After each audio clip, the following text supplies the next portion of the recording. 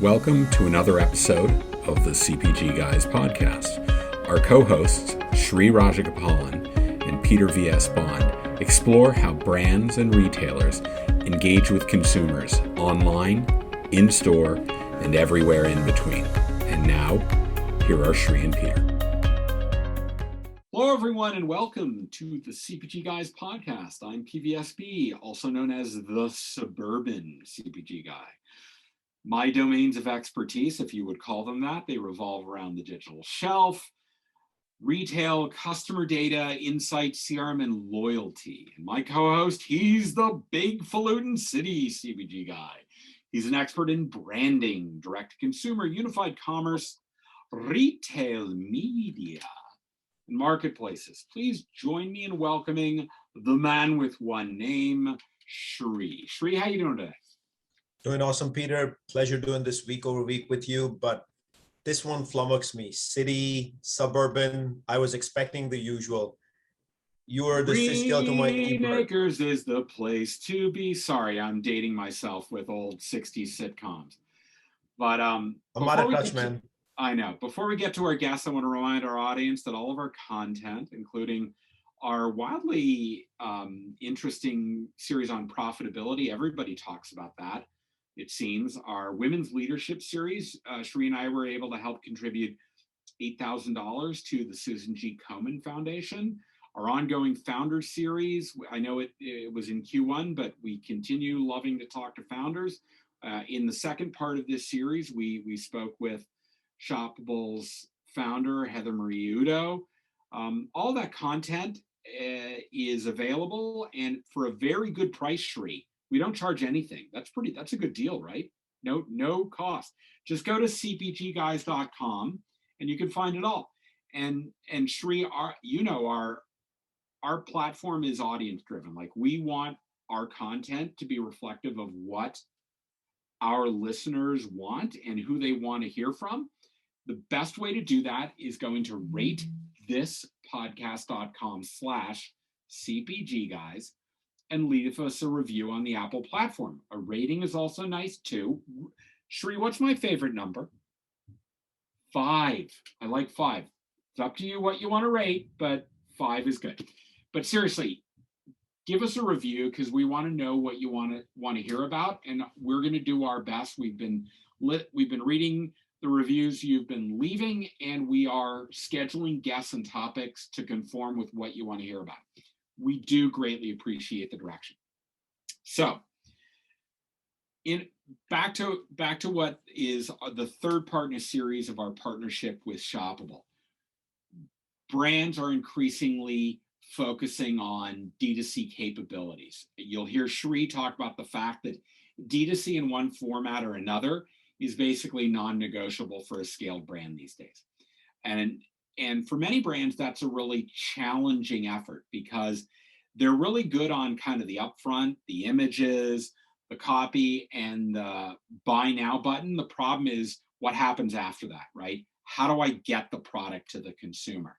So we launched this 3-part series with Shoppable to talk about what Shri and I found to be very interesting in their platform, which is a multi-retailer checkout solution that enables brands to get all of that 1P related benefits of direct-to-consumer, particularly around ownership of the consumer data component, like the actual purchasing, but not have to deal with the massive headache that can be associated with building out a supply chain capability that doesn't exist, right? So in the first part of the episode, we had Holly Bonney, the Director of Sales and Partnerships, joining us. And what she did for the third part of this series, she brought along a guest, which is one of her clients. So we're happy to have join us someone from GlaxoSmithKline, aka GSK, which is a Shoppable client that uses the multi-retailer checkout system on some of their brand sites. She's been with GSK for about 2 years, and she currently serves as the Associate Digital Marketing Manager. So please join us. I'm tripping over my tongue. Please join us in welcoming Carolina Flores. Carolina, how are you today? I'm doing great. Yeah, Shri, Peter, thank you for having me. And Holly, thank you for the invitation to join everyone here. This is great. Can I just say, if you're watching on the video, Carolina has I've got serious Zoom envy today.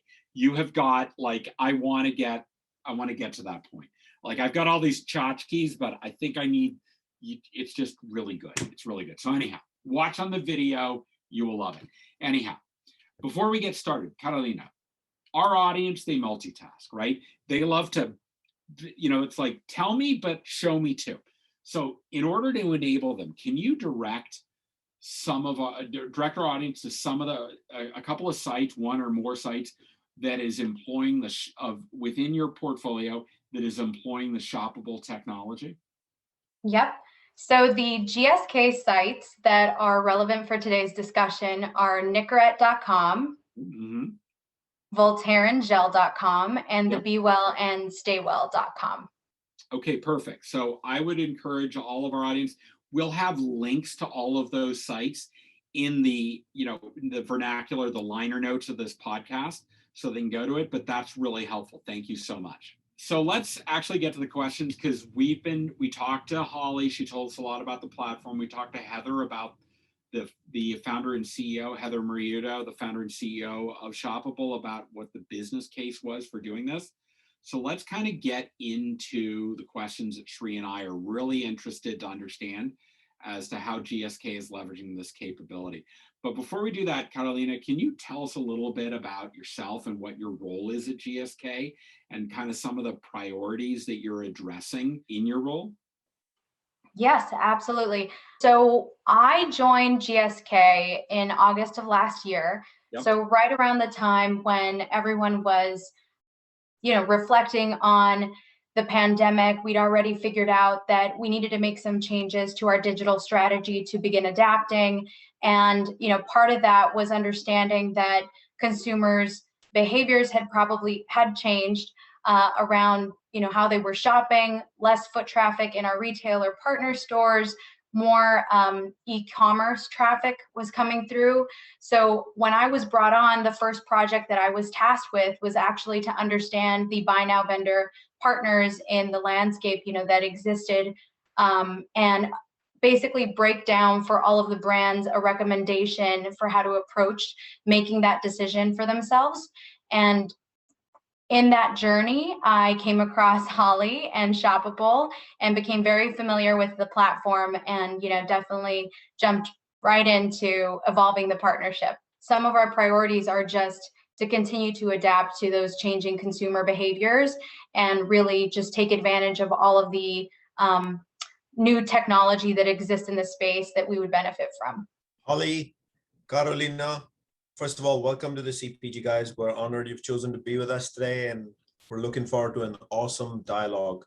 So you mentioned what your D2C priorities are, Carolina, and you also mentioned you met Shoppable early in this journey, but I'd love to know from both of you actually, how did that journey develop? It's one thing to meet up and know a solution. It's one thing to actually learn the details, get it implemented, and then do a test and learn perhaps, and then actually enjoy the benefits that it's giving all the brands that you labeled earlier, such as Nicorette, etc.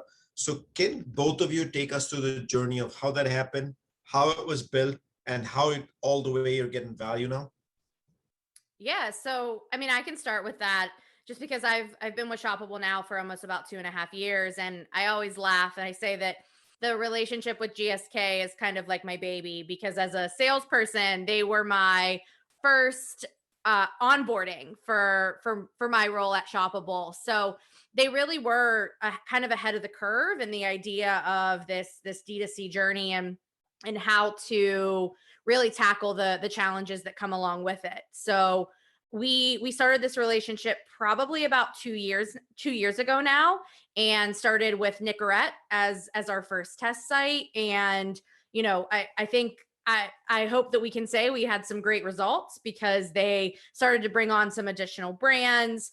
Voltairean quickly followed with some really cool things that they were doing with that brand as it was a newer one.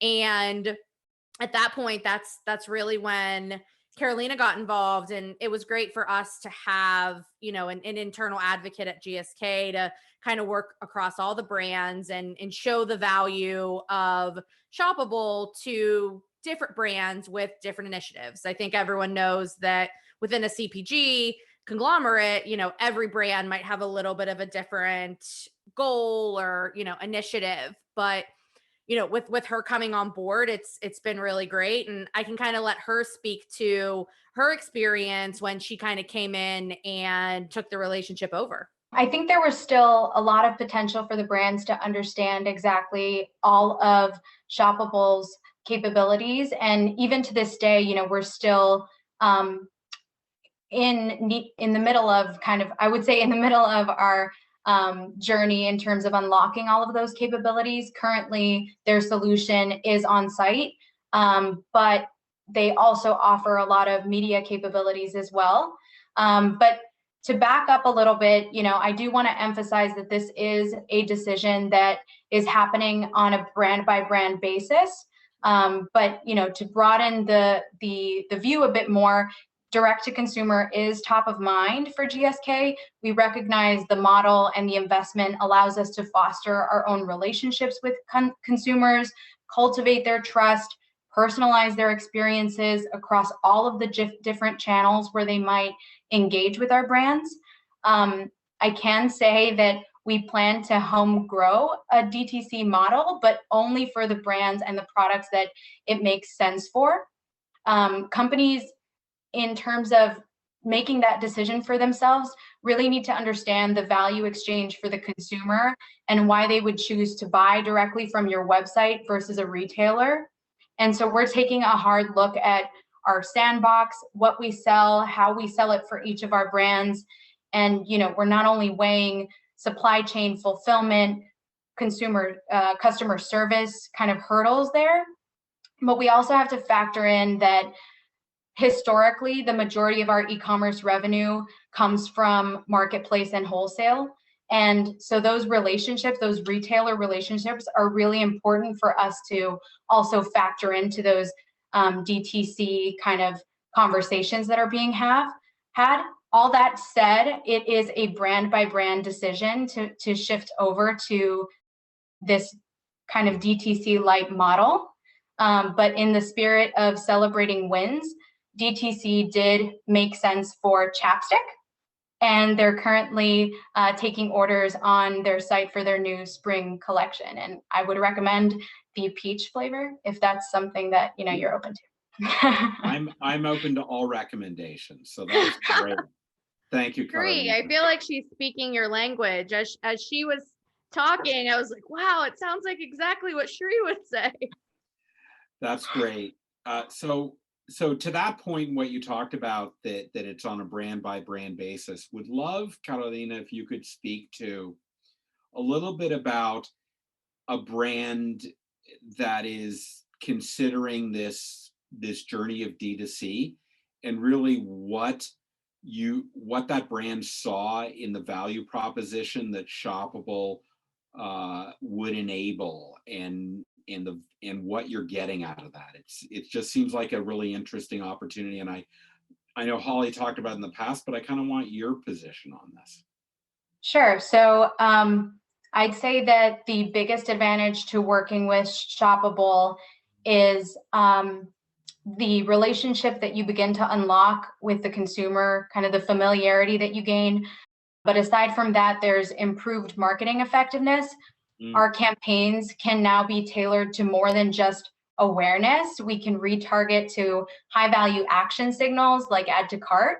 So our audiences are just of higher value and are showcasing have showcased higher intent. So for example, there are savings to be gained there rather than pay a premium on conversion optimized campaigns. With these audiences that Shoppable has kind of gifted us with, we're perfectly happy with reach, you know, knowing that they've already showcased those signals of high intent. But aside from improved marketing effectiveness, there's also a lot of competitive intelligence that can strengthen our position at retailer. So Shoppable's analytics tool presents us with insights that can have omni-channel outcomes. So we have our own data from the Shoppable Insights tool that's supporting our discovery of where our consumers are more loyal for the various brands. And that kind of comes into play with then how we talk to our retailers about activating in store. That is also really important to factor in as well. So I'd love, Carolina, for you to decompose for us how you connected all these D2C initiatives you kind of described to this particular solution, which is Shoppable. Like when I think of Shoppable, I think of a light D2C infrastructure. It gets you the D2C like experience primarily because you can check out and you get the data. So I'd love to learn from you what those objectives were and if Shoppable actually connected the dots. Yeah, so Shoppable definitely did help to connect those dots. The goals were to be able to track higher intent signals that were happening on our site. So rather than just serve as an awareness or learning opportunity whenever consumers come to visit our site, they can do so much more. We can help facilitate getting the product in their hand. And that was immediately accomplished by our partnership with Shoppable. But we're also tracking now where it is that they have added something to cart, made it to accomplish a full conversion on our site. So, and from that, we're developing more sophisticated retargeting campaigns. So it's not only changed how we interact with the consumer and how the consumer kind of can experience our brand, but it also has changed the sophistication of our marketing campaigns. I would love to hear from you because I'm hearing so many advantages in using this approach. From your perspective, if you were to rank it, what do you think is like the biggest advantage or advantages of working with this kind of D2C like experience from the standpoint of what it delivers to the GSK enterprise? To that, I would say it immediately removes the hassle of having to think about supply chain, solves fulfillment, solves distribution, establishing a customer service kind of portal, for consumers to relay any issues that they're having with any orders. All of that does not have to be dealt with, and instead we can go directly to Shoppable to plug in a lot of those services. And as I mentioned, our retailer relationships are really important.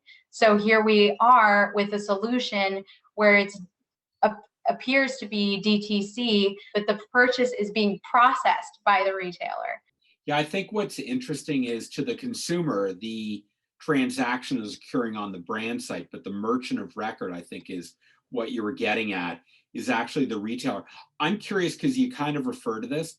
What has been the feedback from your retail partners as to this that are involved in the platform as to your contribution to their sales as a result of this D2C like experience? Yeah, I think it's definitely changed the conversations that we have had.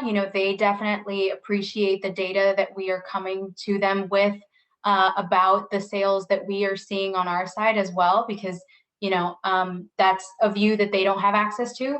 So having, that goes back to the point of a solution like this with the analytics and insights that they present does and can have the omni-channel outcome where we change the way that our relationship works with the retailers. And now we're talking about, this specific brand has a higher affinity for checking out with this retailer.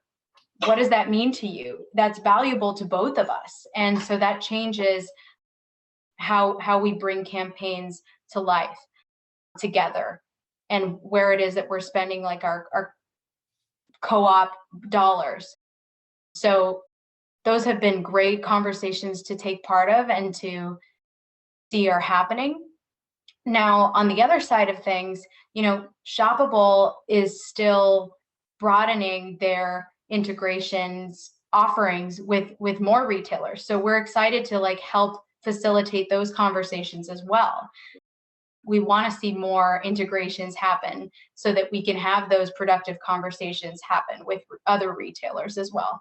Carolina, I'd love to learn this partnership that obviously GSK and Shoppable has created, which seems to be really delivering at the end of the day for the MVP in the room, which is your retail customer.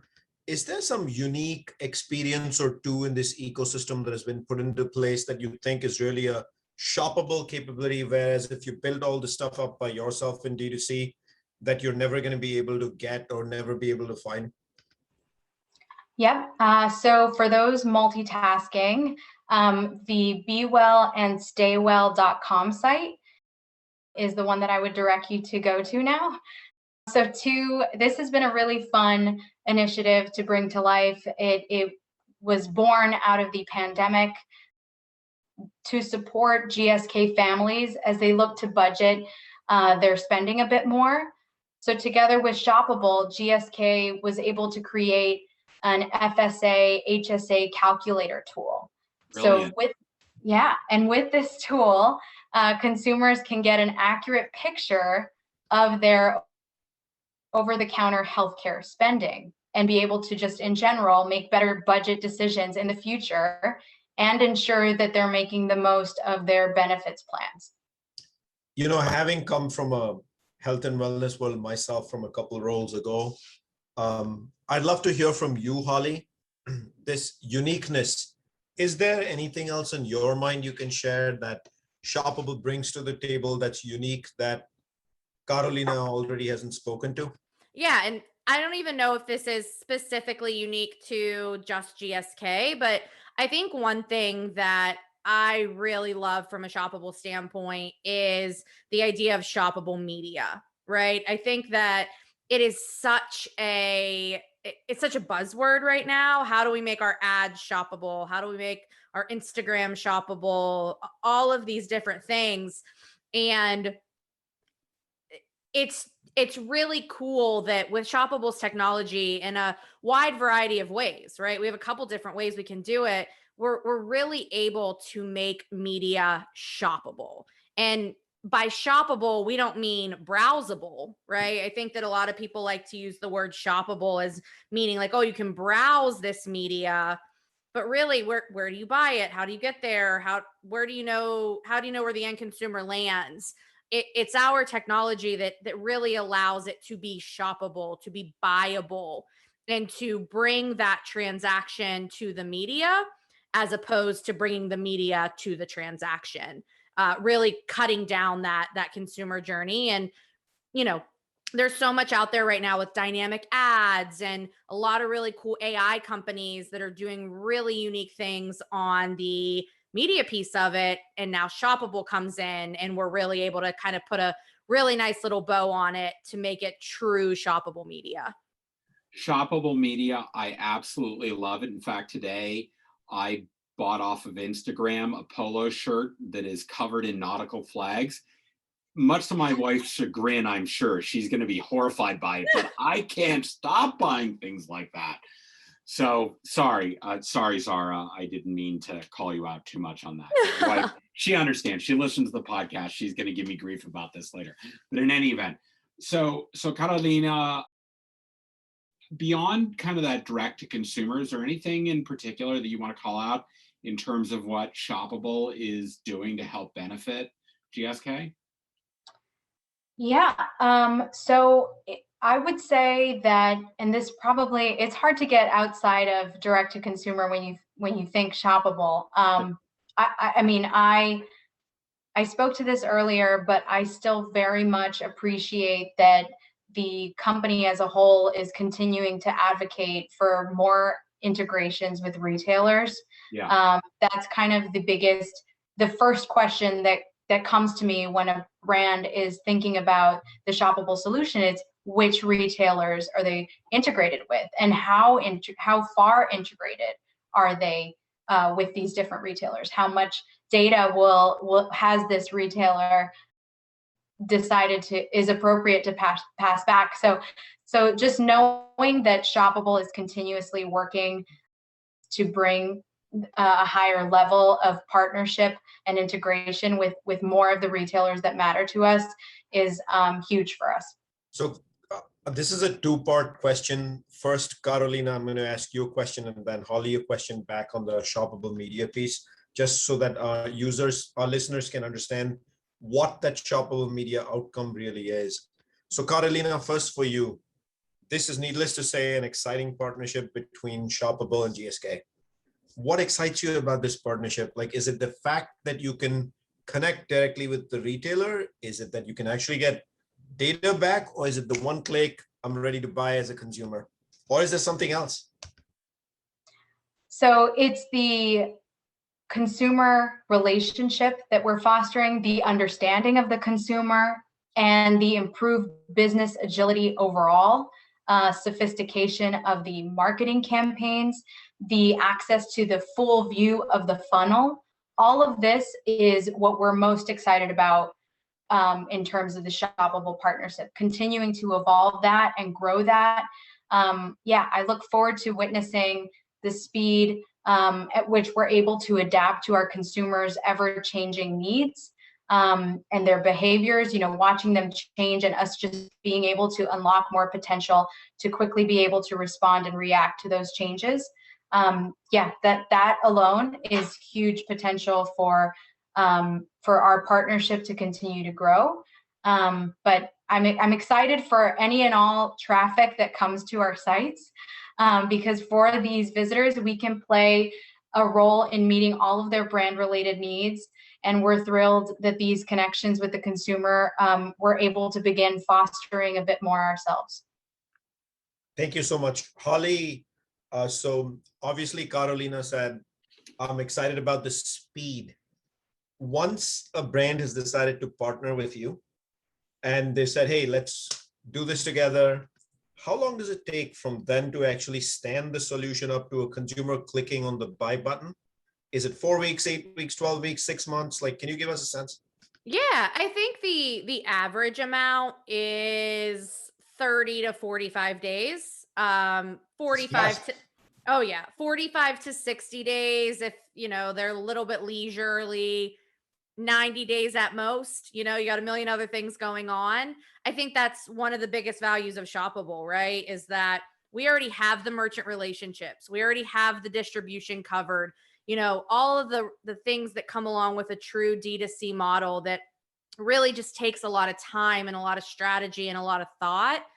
Shoppable just wipes that away, right? You implement this technology onto your site, 45 days, 60 days, whatever it might take. I mean, that's nothing compared to the years that some brands are taking trying to figure out what full-blown D2C means for them. And then, take the next year and take your learnings and really understand, was that 60 days worth it? We hope the answer is yes.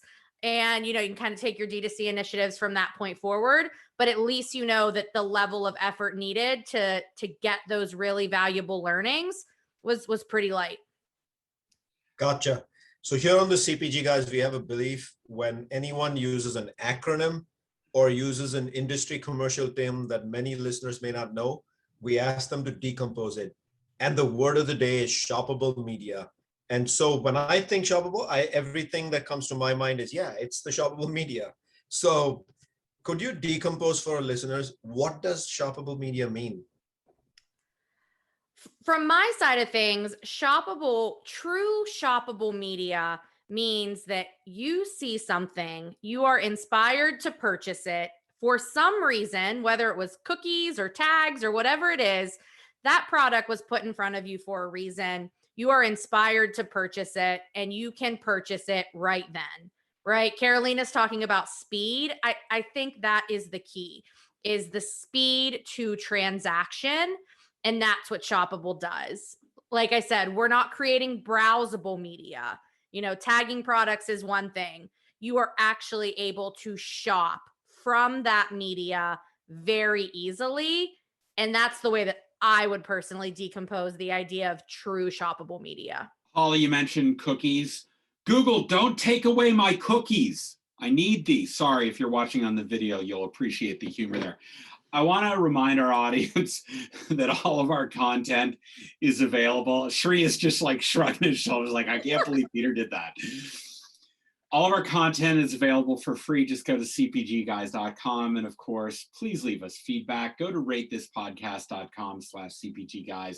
Leave us a review, if nothing other than the fact that I held up this delicious chocolate chip cookie that's not going to last more than a minute after we finish this podcast. Holly, I want to thank you for joining us from Shoppable. You've just joined an elite group. You are the third person to appear on more than one episode of the CPG Guys. That alone, you deserve a CPG Guys t-shirt. I love it. But Carolina, we want to thank you for joining us and helping us understand how a brand can put this D2C-like experience to work. We're so grateful to have you join us today. Thank you. Thank you both for joining us. Thank you. Thank you both. I thought this was great, taking what we learned in the first two episodes and actually looking at how it is applied. This is tremendous information. So I hope you had as much fun today as I did. Whenever I learn something new and a word sticks in my head, you know I'm going to be using the word shoppable media a lot go forward, coined by Miss Holly Bunny from Shoppable herself. And it's going to feature here on the CPG Guys routinely and oftenly. Just watch out. It was a loud podcast because we had a lot of knowledge dropped on us, Shree. So absolutely. Carolina, thank you so much. Yeah. So thanks everyone for joining us on this episode. This rounds out the third part of our partnership with Shoppable. We hope this helped inform you about options in terms of brands going D2C. Thank you for joining us, and we look forward to talking to you on the next episode of the CPG Guys podcast. Goodbye.